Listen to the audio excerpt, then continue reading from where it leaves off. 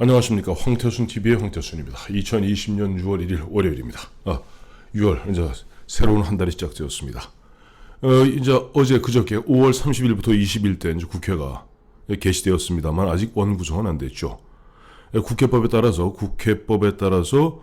임기 개시할 7일, 일주일 지난 날 첫 집회를 열도록 되어 있습니다. 흔히 이걸 개원이라고 그러죠. 원을 연다 그래서 개원국회고, 통상 개원국회에서는 의장단을 선출합니다. 의장과 부의장 두 사람. 그리고 그런 식으로 정식 이제 국회의장과 부의장이 선출이 되면은 첫 집회 3일 이내에 다시 회의를 열어서 16개 상임위와 2개 상설특위, 흔히 얘기해서 이제 그 전체 18개 상임위라고 합니다만 18개 상임위 위원장을 선출하게 됩니다. 통상 그러나 이제 원만한 개헌 협상을 위해서는 통상 뭐 상임위원장 배분을 어떻게 할 것이냐, 또 배분을 하되 몇 대 몇으로 배분할 것이며 어느 상임위를 가져갈 것이냐 갖고 치열한 원내 총무, 현재는 원내 대표죠, 간의 협상이 있게 됩니다. 지금 문제는 뭐냐 하니까 지금 김태년 굉장히 강경파입니다. 김태년 민주당 원내대표 같은 경우는 이게 협상용인지 본심인지 모르겠습니다만은 18개 상임위를 독식하겠다. 이것이 이번에 자기들 이야기하는 180석, 현재 177석입니다만 180석을 몰아준 총선 민심, 총선 민의다. 범여권도 합치면 190석 되지 않습니까? 이 바로 총선 민의다. 그러니까 13대 국회 이후에 여야 간의 상임위원장을 배분했던 그런 관행은 잘못된 관행이니 이번에는 우리가 독식하겠다 이야기하는 것이 실제 18개 상임위를 독식하겠다는 것인지, 아니면은 지금 미래통합당 주호영 원내대표가 이야기하고 있는, 아니 다른 건 몰라도 법사위는 제1야당, 뭐 제1야당이고 자식할 거 없죠. 지금 야당은 정의당 빼고는 사실 야당, 의미 있는 교섭단체 야당은 미래통합당밖에 없습니다. 야당이 법사위원장을 갖는 것은 견제와 균형이라는 측면에서 맞다라고 치열하게 이야기하는데, 법사위원장을 뺏어오기 위해서 이른바 외곽을 두들기는 것인지, 사실 미래통합당 원내 지도부들도 지금 보면 정확한 계산이 안 떨어지는 것 같습니다.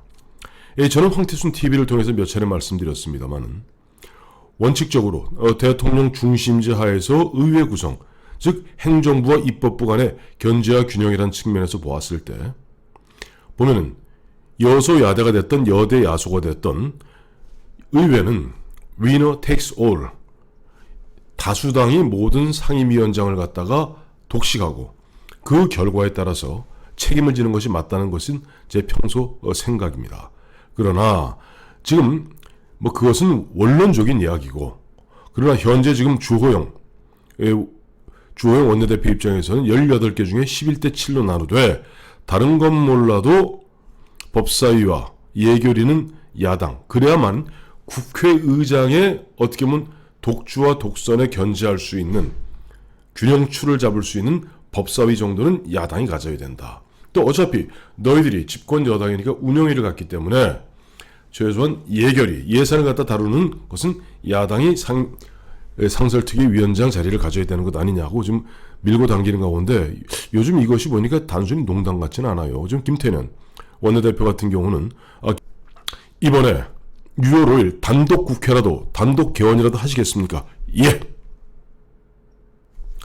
전 그래서 지금 김태년 원내대표의 말에 따르면은 지금 미래통합당이 법사위를 포기하지 않는 한 만난을 무릅쓰고 6월 5일, 이번 주 금요일입니다. 금요일 날 단독, 즉 자기 177 플러스 뭐 어슴푸레한 사람들 합쳐서 한 190명 되죠. 한 190명 갖고 단독 국회를 열겠다라고 얘기하는데, 제 결론은 그렇게 여십시오. 만약 그렇게 못 연다면은, 당신들이 이런저런 얘기해놓고 그거 못한다면은 190석 아니죠. 그리고 개원국회는 통상 대통령이, 과거 역대 다 그랬습니다만 대통령이 참석해서 축하 메시지 합니다. 전 세계가 지켜보는 가운데 자기들끼리만 모여서 이쪽 107석 텅 빈 그 공간에서 한번 국회를 열어보십시오. 그것이 어떻게 보면은 지금 민주당이 어쨌든 약간 흔한 얘기로 좀 미래통합당이 뭐 저항하고 반항하더라도 뭉개고 가겠다. 사실은 1933년 수권법 제정 이후에 히틀러 나치즘적 발상이거든요. 그때 제가 몇 차례 말씀드렸습니다만 수권법 통해서 가장 반대 정당인 공산당과 사회당을 갖다가 해산시키지 않았습니까? 그래갖고 사실상 일당 독재로 가게 되는 거거든요. 밑에 뭐 한두 명 있는 그런 저 군소정당은 뭐 의미 없는 이야기고. 그래서 따져봤어요. 지금 보니까 역대국회라 그러면 이제 12대까지는 뭐 별로 저희가 또 헌법 체계가 다르니까 13대 국회 1988년부터 보면 13대가 원 구성하는데 21일이 걸렸습니다. 이때도 보면은 여소야대였기 때문에 당시 김영삼, 김대중 그리고 김종필 야 3당 총재가 원 구성에 합의를 안 해줬습니다. 문제는 집권 민정당이 과반이 안 되기 때문에 대원칙 있지 않습니까? 국회에서 과반 출석 과반 찬성입니다. 국회의장조차 선출할 수가 없었어요. 그래서 13대 때 만들어진 사실 관행 중에 하나가 저는 옳지 않다고 생각합니다만 그러나 뭐 현실적으로 지금 보면 32년째 운영되어 오고 있는 여야가 의석에 맞게 상임위원장을 배분하는 관행이 바로 13대 때 생긴 겁니다. 그리고 14대 때 125일이 걸렸습니다.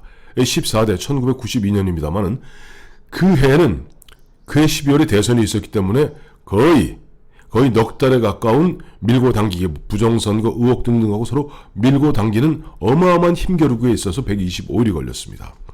15대 때 39일, 16대 때 2000년이죠. 17일, 17대 때 36일, 18대 때 기억하시겠습니다만 이때가 언제입니까?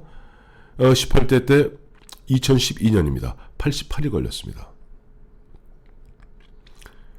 18대가 2008년이군요. 2008년. 이때 2008년이면은 그때 2008년가 MB 정권 출범하자마자 88일 걸렸고 19대 때가 40일. 그다음에 얼마 전 2016년이 14일이 걸렸고 평균 41.4일이 소요됩니다. 그만큼 원 구성이라는 것은 이 무슨 뭐 전격 작전하듯이 국회를 운영하는 것이 아닙니다. 서로 비록 소수당 예를 들어서 18대 때 같은 경우 민주당 81석에 불과했습니다. 그러나 그럼에도 불구하고 서로 밀고 당기면서 배분하고 어쩌고 저쩌고 하면서 꾸려나갔던 건데 지금 완전히 이제 김태년 지금 원내대표가 있는 민주당은 177석의 거대 여당의 힘을 믿고 힘으로 밀어붙이겠다.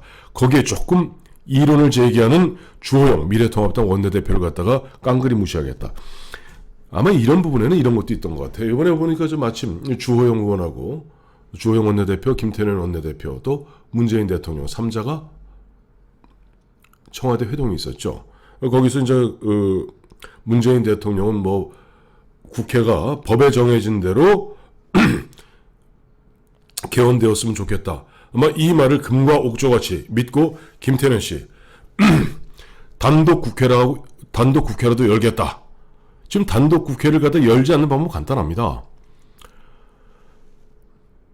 지금 민주당이 미래통합당한테 당초 뭐 수석 원내 부대표 간에 대충 가계약된 대로 11대 7로 나누면 되는 것이고 법사위원장 이거 갖다 야당이 주면 되는 겁니다. 뭐 법사위가 보면 흔히 얘기해서 게이트키퍼라고 그래갖고 예전에 박영선 씨가 법사위원장한테 참 지독하게도 당시 집권 여당인 한나라당을 괴롭혔습니다만 어차피 나눌 거라면은 나눠야지. 이거 밀고 당기는 가운데 그러면 6월을 오늘 내일 모레 하다가 정말로 그러면 그 3일 전에 공고해야 되는데 그러면 한번 개원해 보실랍니까? 전 세계가 보는 가운데 웃음거리가 되어 보실랍니까? 그리고 원래 법사위원장도 그렇습니다. 15대원. 제가 이제 국회에 있을 때인데 15대원.